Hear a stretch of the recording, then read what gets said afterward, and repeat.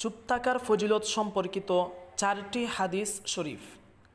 1 number, মাং সমাতা নাজা, অর্থাৎ যে চুপ রইল সে মুক্তি পেল। 2 নাম্বার, আসুমতু সাইয়্যিদুল আখলাক, অর্থাৎ নীরবতা চারিত্রিক বৈশিষ্ট্যের সর্দার। 3 নাম্বার, আসুমতু আরফাউল ইবাদাহ, অর্থাৎ নীরবতা উচ্চ পর্যায়ের ইবাদত। 4 নাম্বার, মানুষের চুপ থাকার উপর অটল থাকা 60 বছরের ইবাদত থেকে উত্তম। সুবহানাল্লাহ। প্রসিদ্ধ মুফাসসির হাকিমুল উম্মত হযরত মুফতি আহমদ ইয়ারকান রহমাতুল্লাহি আলাইহি 4 হাদিস শরীফের ব্যাখ্যায় বলেন, যদি কোনো ব্যক্তি 60 বছর ইবাদত করে কিন্তু অতিরিক্ত কথাও বলে, ভালো মন্দ কথার মাঝে পার্থক্য করে না, এর চাইতে কিছুক্ষণ চুপ থাকা উত্তম।